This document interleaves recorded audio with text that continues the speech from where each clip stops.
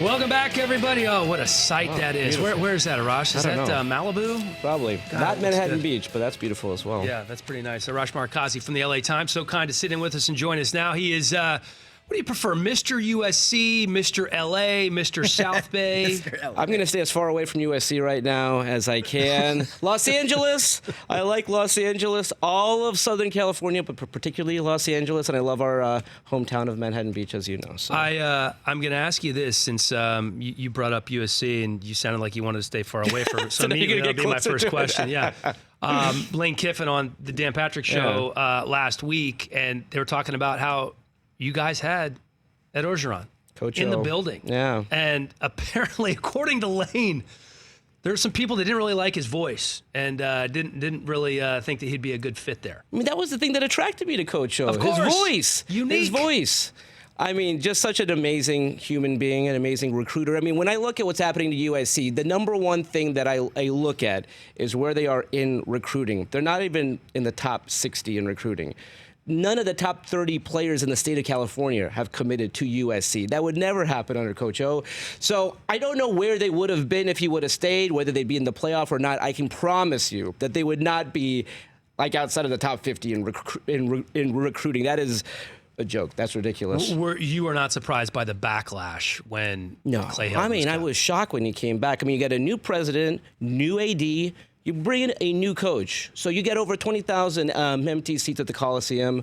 The only thing that's going to reverse that is if they have a really good season, obviously, and people are going to come back. But you have so many people who I've talked to, like longtime Trojan season ticket holders, who are just going to refuse to come.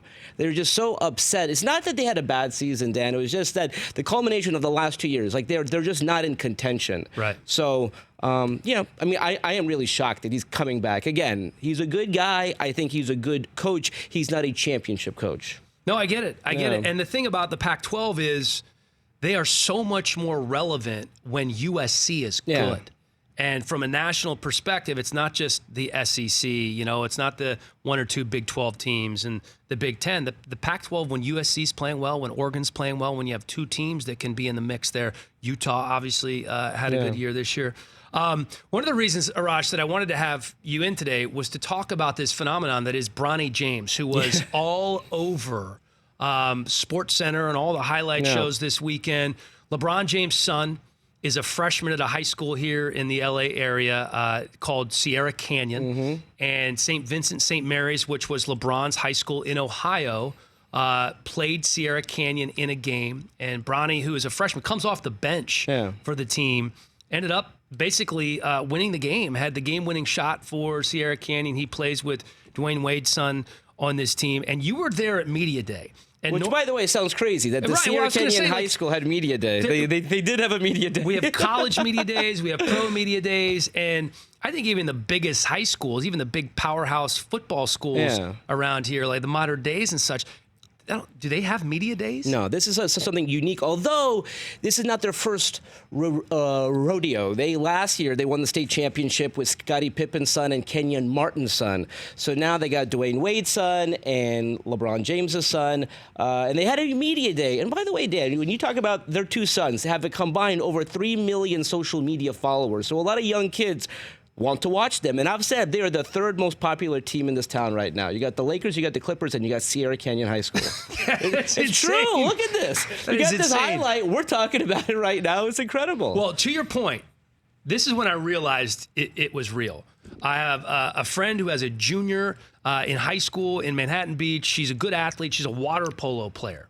And she has literally been begging her father to get tickets to a Sierra Canyon game so she can go see Bronny James. You do need tickets, by the way. People think that they could just show up like it's a normal high school game. That's not the case. You have to buy a ticket, and a lot of their games are sold out. So yeah, and some of them, they're playing in actual, NBA caliber arenas. And here's the other thing I learned recently, Arash. They have teachers at the school who have to enter a lottery to get tickets to go to the game. So you can work at the school. They have a sports information director. If I need to talk to someone on the team, they actually have like a PR guy that I talk to. They went to China for 2 weeks prior to the season, like a lot of NBA teams do.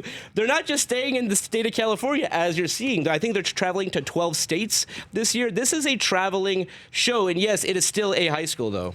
Do you see, and I know you haven't been to a game yet, but you went to the media day. Do you see a lot of LeBron in his son in terms of the mannerisms and the way that he carries himself? Well, he's not allowed to speak with the media yet, so he has not. I haven't talked to him. I mean, he looks like his father, right? And he has, when he's on the court, he has the same, like Kobe said that about his kid. It's like, I mean, you like genetics are a real thing. Like I could see myself in her, and LeBron can see himself in his son. So yeah, like listen, I would love to sit down and chat with the two of them at some point. Zaire, I've talked to him. That's Dwayne Wade's son, right? And so it's a fun team to watch, and they're a fun group together. You saw the charisma of this group, and it's not just those two kids. They have a lot of really good young players on that team. Why does a school like Sierra Canyon, the first time I heard about this school, I was in the locker room at NFL Network, and I was talking to Terrell Davis, and I believe they go from K all the way through 12. Yeah. And one, if not two of his kids were going to Sierra Canyon, and he was going to a game that night. And this was 2 or 3 years ago. This was, I think this was the previous team that won the state championship that you were talking about. He said, man, they have all these great kids. They have these big-time D1 prospects. I'm going to go, watch them play. I'm Sierra Canyon. So I started following them a little bit. And then you heard before LeBron came to L.A. that Sierra Canyon was a possibility for Bronny and Dwayne Wade's son. But why does it behoove a school to have a media day and to have a basketball team? Like, does it actually generate revenue for the school? Well, so the coach said he wants to put his players in a position where when they go to college, this is not a new concept for them. So they had a midnight madness as well. They have all that. Like what you would have at a big-time college program, they want to have in high school. And so I think if you're LeBron or you're Dwayne Wade, you want to put your kids in a program. First of all, it's a really good school. That's first of all. But it's also, this is not new to them. They know how to play in a state championship. They know how to travel. They know how to deal with media. So, again, there was a lot of choices in Los Angeles, but Sierra Canyon's been in this position before. And look at those crowds. I mean, like it's incredible. It is packed. There's a lot of games that people want to go to, and don't just show up. You need to get your tickets because they are sold out.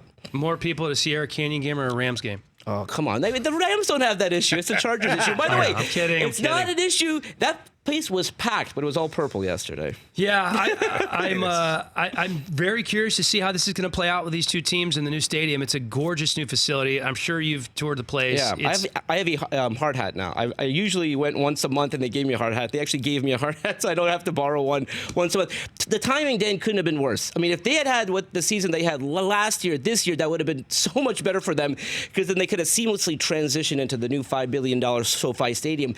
But having both teams have the season that they have had, they both got blown out, and they're done. They're not going to make the playoffs, obviously. It's a tough situation for them. It is really tough, because when you look at the ticket prices that the Rams want to charge for, again, the product that they're putting on the field right now, it's not a bad team, but it's not the sort of championship team that we thought. And the Chargers are in a really tough spot. I mean, they really needed to have some success. Well, especially with the lack of sales, as you alluded to. Arash Markazi from the LA Times here with Dan Helly filling in for Rich Eisen on the Rich Eisen Show. We've been talking about Phillip Rivers and his future here. He's obviously in a contract year. Is there any sense you get from the times that you're around the team what the future holds in store for Phillip Rivers? I think when he continues to have games like he did on Sunday, I think the chances are slimmer and slimmer that he's going to come back. I just don't see that happening. I think they want to transition. Now, I don't know who that would be. I've always said they need to make a big splash this summer. They need to make a big splash. Whether that's a Cam Newton, and Chris Brockman's going to hate to hear this, it should be their number one priority to find a way to get Tom Brady to Los Angeles. That is the one guy that would move the needle in this city. I mean, if you bring in a Tom Brady, that's like LeBron James, right? And I know it's for 2 years, but this is a critical 2 years for that franchise. You're trying to sell seat licenses. You're trying to sell season tickets.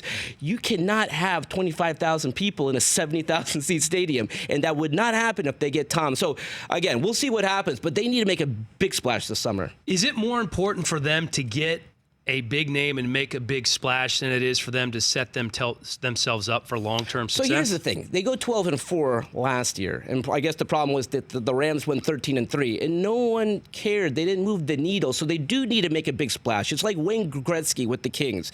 You need to get people to the games first. And if you bring in Tom Brady or if you bring in a Cam Newton, the reason I bring up these names is it needs to be a big name, a transcendent name where, like, if you're not a football fan, you know who they are. That's important. So listen, you need to win long term, yes, but you got to sell tickets. You got to sell these tickets first because you can't have a half-empty stadium and no one's going to your games. What about Tua Tagovailoa? That's another big name. Is that big enough? Not big enough yet because he's in college, right? And so no one knows him yet. And so I'm saying, again, this sounds so simplistic, but you just have to get people to the games. And so it's hard to create hardcore fans. First of all, people are talking about this 25,000 seat stadium. That is the worst situation for them. Why? Because the cheapest ticket for that Packers game was $400. The cheapest ticket for the Steelers game was like $200. Those are hardcore Steelers fans. Those are hardcore Packers fans. Those are not hardcore Los Angeles Chargers fans, because I don't know if there's a hardcore Los Angeles Chargers fan. It's hard. Like they just moved here. And it is a market that didn't really want them because, listen, if we really wanted to go to a Chargers game, it's a 2-hour drive. So this was not a team that they wanted here.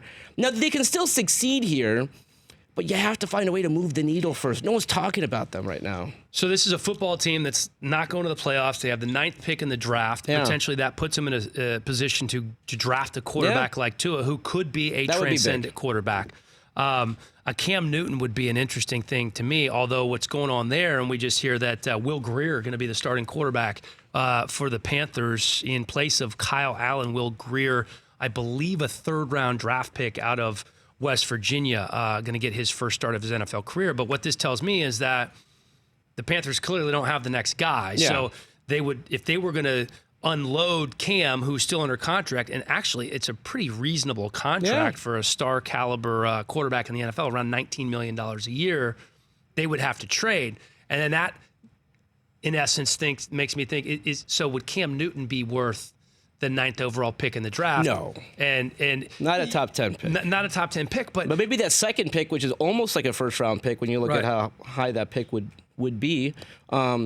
But the Chargers have to accept the mentality that the Rams did when they came here. Remember, like they traded all those picks to get the number 1 pick in the draft. They really do need to make a big splash. That they get the number 1 pick, and that draft is in Las Vegas, and it's Tua. And that doesn't preclude them from maybe making a trade for Cam to be like the guy right now, and then Tua learns and whatever. But you got to make a splash where the Chargers are being talked about. They're just not being talked about. And again, as simplistic as it is to just win, we saw they won last year. They were 12-4 last year. They beat the Ravens in the playoff last year, and no one was talking about them. Well, the Rams having a better season than the Chargers at 8-6, but on the outside looking in terms of the playoff race, right now they're in the 7th spot. The 49ers and Vikings have the 2 wild card spots. The Rams playing the 49ers on Saturday night. It's the nightcap of a triple-header on NFL Network. When you look at this team, when I have to try to pinpoint what exactly has gone wrong, to me, is they just everything operated off of the run game and play action in the past. So when you don't have that run game going, when you don't have the ability to feed Todd Gurley the ball, and I understand why Sean McVay wasn't doing it early in the season, but I think he might have just waited too long to try to get that thoroughbred going. Yeah, and the offensive line, that was the strength of this team last year. And so it's 2 parts. It allowed them to run, but it gave Jared Goff the protection. Neither has happened this year. The offensive line is in shambles. Jared Goff does not have the time that he had last year. Todd Gurley doesn't have the same holes. He's also not the same player. But the issue for them, Dan, looking long-term, look at those contracts that they gave to Jared Goff and to Todd Gurley. So this is not just a problem this year. This is a problem moving forward. But I still can't believe the team that I watched last Sunday night do what they did against Seattle, which is a very good team. What they put on the field against the Cowboys team that had not been beat a team with a winning record the entire season. All of a sudden, I heard you say before, I could see the Cowboys going on a run here if that team continues. But the Rams has just been the line. You need the offensive line to be your strength of that team. Arash Markazi with the LA Times. I'm not ready to pin it all on Jared Goff, certainly not Sean McVay, not even Todd Gurley. What I am most curious to see long-term is, does Todd Gurley get back to be 80% of himself? There's some kind of arthritic component in that knee. It's been reported in the past. The Rams haven't really confirmed that or talked about it. Todd Gurley's trainer talked about it several months ago. That's what they're going to have to pin their hopes on. They need to figure that out, because if Todd Gurley is not going to be the Todd Gurley that he was before, that Sean McVay system cannot work. So whether it's moving on from Todd Gurley or what, they need to find a back who can provide, again, maybe not what Todd Gurley did last season, but something close to that. Yeah, and I don't know if that's going to be Malcolm Brown or any of the other folks that are back there right now. He is Arash Markazi from the LA Times, one of the best in the business. My neighbor in good old Manhattan Beach, buddy. Good to see you. Thanks so much for coming in. We really appreciate it. For more of The Rich Eisen Show, tune to Audience Channel 239 on DirecTV for free on BR Live or download the Rich Eisen Show app.